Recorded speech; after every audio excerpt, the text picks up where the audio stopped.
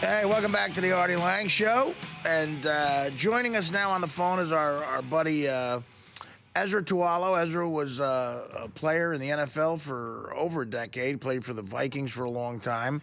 And that entire time he was in the closet as a gay man, and since came out of the closet. He lives up in Minnesota and has a very happy life, a good life, and he's a friend of the show. And this subject of gay men in sports, whether or not they should stay in the closet while they're playing, it comes up, it seems, every 6 months. And since the Super Bowl and Chris Culliver and now a former Milwaukee Brewer, Mark Knudsen, this guy, former Milwaukee Brewer, has come out and said that, basically said that it's better for the team if a player stays in the closet, so they should try to do that and should be applauded if they can do that. So we're going to talk to Esera about that. Please welcome to the show, Esera Tualo. What's up, Ez?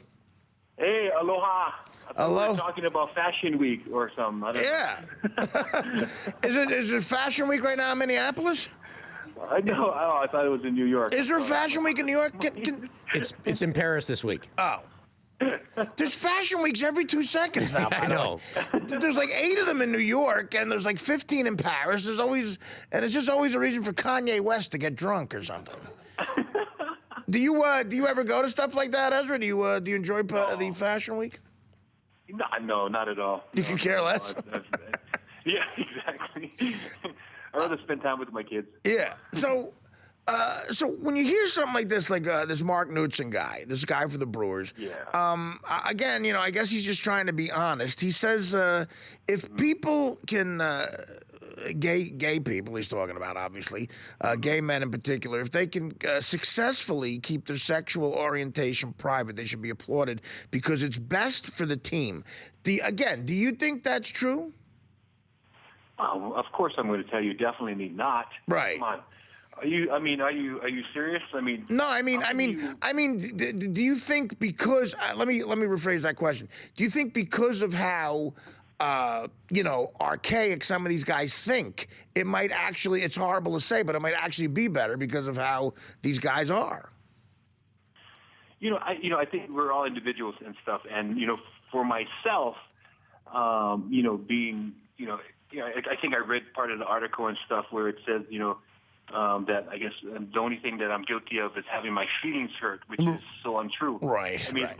It's not about my feelings hurt. It's about the safety. I mean, it's definitely, for me, it was, in an environment where I didn't feel safe to be myself. I mean, and anytime you're with this crippling secret and, anyone, and, you don't feel like you're able to, perform to the best of your ability or, because you're in an environment that really is, hindering you from doing that. It's just ridiculous. And, I played 9 years in the league, and, it's one of those things where, it's about team and all that. But I don't think, what I do think is I don't think it would have been, it would have made a difference in stuff at all. So. Now, this guy is a baseball player. Do you think football is actually more hardcore with the homophobia than baseball? Or you think it's the same all around? I can't talk for baseball, but but I only can talk for football. But Ari, we've talked about this. We are living in different times, and things are definitely changing. Right. And we are, and I'm glad that we're having this discussion, and it's on the table for us to talk about because then it's definitely an important issue for us. It's one of those things where.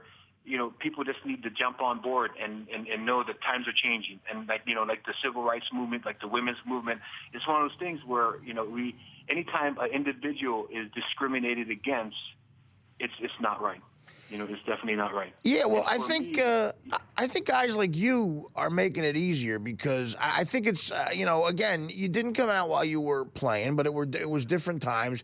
And I know you said before sometimes you have some guilt over that. But to do what you're doing now and sort of being at the forefront by saying if guys, you're right out there saying, look, if guys do come out now, they won't be left hung out to dry. Like people like you will be there to support them.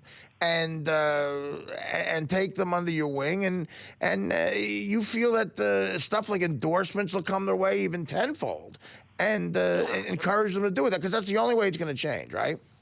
Yeah, I mean that, and of course, I go around the country and I speak to a lot of coaches, and one of the big questions and stuff is what they can do. What can we do for the team? And what I tell them and stuff is like, you just don't be afraid of the word gay. It's just like anything else. You're not going to call a black person the N word, right? Or you're not going to call a woman the B word. Then why should it be all right for somebody to call somebody gay or fag or anything like that? I mean, it's one of those things where it's just about respect. It's just about what we, until you live my life, until you walked in my shoe, it doesn't just start for us in the NFL. It started when we were born, growing up, seeing all the hatred things about homosexuality and who we truly are as a person. And, it's twice as hard to get into the NFL. It's one of those things that we should stay in the closet. Really? Is that really what you want? I mean, for example, when I went to the Super Bowl, I had a partner, right. And for me, what hurt is that all the families would come down there to Miami, introducing to themselves, to the coaches, to other players, to everyone else. Well, my partner and I had to walk in the shadows. Right. It's just, it's small things like that. This is the biggest game of my life. This is the cream of the crop for any NFL player. And for us to have to keep our mouths shut, really? Yeah, well, I mean, it's not a, you say it's a small thing. It's not a small thing. That's a huge situation. No, I mean, you know what I'm talking about. Yeah, psychologically. And then it's so funny and stuff, that same, the same Super Bowl where we have Eugene Robinson, right. Great person, just bad decision. But it's like one of those things where it's for, I don't know, I'm glad that I'm in this opportunity right now where I can be a voice. And, and people, I'm sure a lot of people want me just to go away and shut up, but I'm not going to do that. Not at all. Right. I'm glad that I have the opportunity that I can speak up for my brothers that are in the NFL right now, that are living what I went through, But, I'm I'm here to tell them and stuff that we are living in different times and that they will definitely be supported. Organizations out there, people out there, sponsorships out there. It's times are changing, and it's all there for them. Hey, now, I mean, I agree with you, and I think a guy like you is doing a lot to make that happen, and you're a positive force in it. But take this kid from Notre Dame now, Manny Iteo. Right. How do you say his name? I always mispronounce his name. Teo? Manti Te'o. Manti Te'o. Okay. Yeah. I mean, I think for as much as times are changing, I think these general managers and owners are still feeling it out to see if he's gay. And if he is, they'd hesitate drafting him. I mean, don't you, as horrible as that is, I think that's the truth. Don't you think so? It's so funny and stuff. Back in 1991 when I got invited to the combines, before it became this ginormous thing on television. It's like I don't remember somebody asking me if I was straight, right, if I was gay, or anything like that. I mean, the question of who my sexuality did not come up at all. It was my performance. Now, Teo was an amazing linebacker. If he's gay or not, who gives a crap? Right. It doesn't. We should not be judged by who we love. We should not be judged of who we want to spend the rest of our life with. But we should be judged on what we do on the field. That's what we should be judged by. And he's an amazing athlete. And I tell you, for them to be asking these questions and stuff is probably like back in the days when Hitler used to ask him if you're a Jew or not. It's like, really? Well, I don't even know how. So I tell you what, so if he, you're going to answer that question. If he says yes, you're not going to draft him. Yeah, I mean, that's what people are afraid of. And you know what? Unfortunately, he had a bad game against Alabama in the championship, right, and he did bad in the combines. And I think a lot of it's because of the pressure that was going on. And I think he's giving these general managers and owners an out. They're saying like, hey, we're not drafting him because we're not drafting him because we think he's gay. We're not drafting him because he had a bad game or the combines, which I think is a bunch of BS. And it's unfortunate. that's what it's going to. Definitely proven himself. I mean, on the field, Yeah. Notre Dame. Oh, absolutely. I mean, come on, Notre Dame this year and stepped up to. Are you kidding me? They came from left field, right? Nobody would have guessed that they were going to be number one, or playing for the national title game. It's like, but it was all because of him. I mean, his leadership and what he brought to the team, and so forth. So like I said, we shouldn't be judged at all, by who we love and stuff, but by performance. Yeah. So I mean, unfortunately, it's going to take somebody like him. It's going to have to be the first guy to come out. Right. Is going to have to be like a Jackie Robinson in the sense that he's going to have to be a great player where a team goes, right. Look, we have no choice but to draft him because he's that good. And then once that door is knocked down, then right. then maybe people will see they can deal with it. I don't know. Maybe there's certain teams. Do you think out there? Do you think there's particular teams who are way worse than other teams when it comes to this, without naming any teams? I'm not. I don't know. I mean, to tell you the truth and stuff. I mean, there's definitely athletes that kind of lashes out and stuff. Right. Like Culver and individuals and stuff that kind of step up to the plate for stupidity, but no, I mean, I'm not sure about teams. I would really encourage the NFL, the owners, and to take a look at this. And it's just about like creating a safe environment. We're not asking for more pay.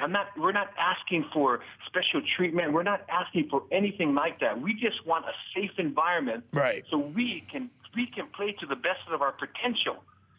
Come on, guys. We're all athletes. I mean, I'm a pro athlete, and when I was in the league, it's about a respect. It's a job for us. It's not a bathhouse, or it's not one of those, where you pick up guys or anything like that. We have the respect. I mean, of another brother. I mean, it's just ridiculous how they can I'm reading all these articles and stuff of. It's just for me, it's just stupid. Ezra, that's a good point. What do you think is something they could do to make it a safer environment? What's a step they could take to do that? Just don't be afraid of like we said, we talked about earlier. Just don't be afraid of the word gay. When the thing about it, in the NFL, when everyone comes together. There's all, the FBI comes in, talks about things, and, the coaches come in and they do their spiel, the team's all there. It's just about just adding, this team will not tolerate anyone calling anyone a fag, queer, or homo. Right. Period.